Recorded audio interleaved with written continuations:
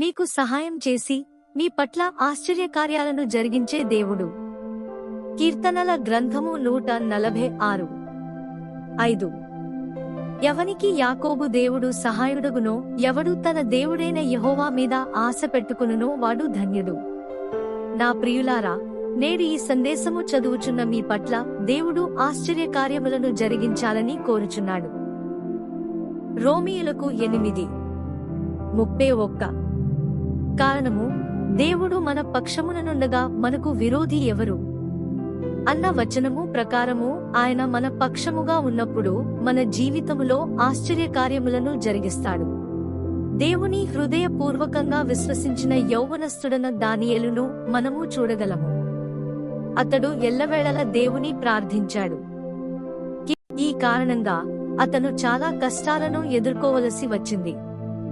కాని ప్రభువు దానియేలును వాటన్నిటినీ నుండి విడిపించాడు. కీర్తనల గ్రంథము 34:19. నీతిమంతునికి కలుగు ఆపదలు అనేకములు, వాటి అన్నిటిలో నుండి యెహోవా వానిని విడిపించును అన్న వచనము ప్రకారము. ప్రియ స్నేహితులారా, ఈ రోజు మీకు సహాయం చేయడానికి ఎంతో మంది మీ చుట్టూ ఉండవచ్చును. మీకు ఆదుకోవడానికి, మిమ్మల్ని రక్షించడానికి మీ తల్లిదండ్రులు, బంధువులు మరియు స్నేహితులు మీతో ఉన్నందున మీరు సంతృప్తి చెందుతారు. కాని మానవులు ఈ రోజు జీవించి రేపు చనిపోతారని మీరు గుర్తుంచుకోవాలి. కీర్తనల గ్రంథము 86:17.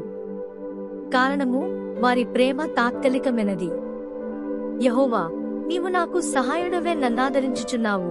నా పగవారు చూచి సిగ్గుపడునట్లు శుభకరమైన ఆనవాలు నాకు కనుపరచుము అన్న వచనము ప్రకారము. నేడు ఈ సందేశము చదువుచున్న మీరు కూడా దానియేలు వలె, ప్రభువా, నీవు మాతో ఉండి మమ్మల్ని నడిపించుమని ప్రార్థించండి. అప్పుడు ఆయన నిశ్చయముగా మీకు సహాయం చేస్తాడు మరియు మిమ్మల్ని ఓదారుస్తాడు. అంతమాత్రమే కాదు, శుభకరమైన ఆనవాలును మీకు కనుపరుస్తాడు. అది అనారోగ్యం లేదా కరువు, ఒంటరితనము, అప్పులు, ఇలాగున ఎన్నో మనకు ఎదురుగుచుండవచ్చును. అటువంటి క్లిష్ట పరిస్థితులలో మనకు దేవుడు తప్ప మరెవరూ సహాయం చేయలేరని మనము గుర్తించాలి. కీర్తనల గ్రంథము 146:5. తనకి యాకోబు దేవుడు సహాయుడగునో, ఎవడు తన దేవుడైన యెహోవా మీద ఆశ పెట్టుకొనునో వాడు ధన్యుడు. కీర్తనల గ్రంథము 145:3-4 అని చెప్పినట్లుగా, యెహోవా మహాత్మ్యము గలవాడు, ఆయన అధిక స్తోత్రము నొందదగినవాడు. ఆయన మహాత్మ్యము గ్రహింపశక్యము కానిది. ఒక తరమువారు మరి ఒక తరమువారి ఎదుట నీ క్రియలను కొనియాడుదురు, నీ పరాక్రమ క్రియలను తెలియజేయుదురు అన్న వచనము ప్రకారము. ఆయన సహాయం కొరకు దేవుని విశ్వసించేవారు ఆయనను ఎర్ర సముద్రమును 2 పాయలుగా చేసినట్లుగానే, సింహాల నోళ్లను మూయించి దానియేలు కాపాడబడటం మరియు వారిపై అగ్ని వాసన లేకుండా కూడా వారిని అగ్ని నుండి కాపాడి బయటకు వచ్చినట్లుగాను చేసి, తన భక్తుల పట్ల దేవుడు మహా ఆశ్చర్య కార్యములను జరిగించాడు. అలాగుననే నేడు ఈ సందేశము చదువుచున్న మీ యొక్క క్లిష్టమైన పరిస్థితుల నుండి దేవుడు మిమ్మల్ని రక్షిస్తాడు. లూకా సువార్త 21:18. ఎందుకనగా, నా నామము నిమిత్తము మీరు మనుష్యులందరి చేత ద్వేషింపబడుదురు, గాని మీ తల వెంట్రుకలలో ఒకటెనను నశింపదు, మన తలల వెంట్రుకలకు కూడా హాని జరగదని ఆయన చెప్పారు అన్న వచనము ప్రకారము. కాబట్టి భయపడవద్దు. మీరు అగ్నిలోను మరియు లోతన జలముల ద్వారా నడిచి వెళ్ళుచున్నారని చింతించుచున్నారా? అవి మిమ్మల్ని కాల్చివేయునని మీరు భయపడుచున్నారా? యెషయా 43:2.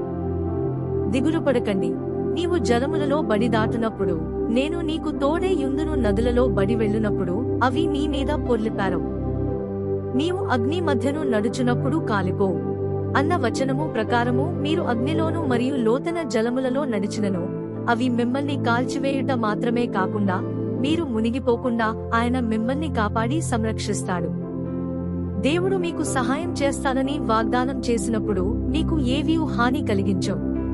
కాబట్టి నేడు ఈ సందేశము చదువుచున్న మీరు ఎటువంటి క్లిష్ట పరిస్థితులలో ఉన్ననూ సరే, మీరు దేనికిని భయపడకుండా మిమ్మల్ని విడిపించే దేవునికి మొరపెట్టినట్లయితే నిశ్చయముగా మిమ్మల్ని కాపాడటానికి ఆయన నిశ్చయముగా మీ యొద్దకు పరిగెత్తుకుని వచ్చి మీకు సహాయం చేసి మిమ్మల్ని సురక్షితముగా కాపాడి సంరక్షిస్తాడు.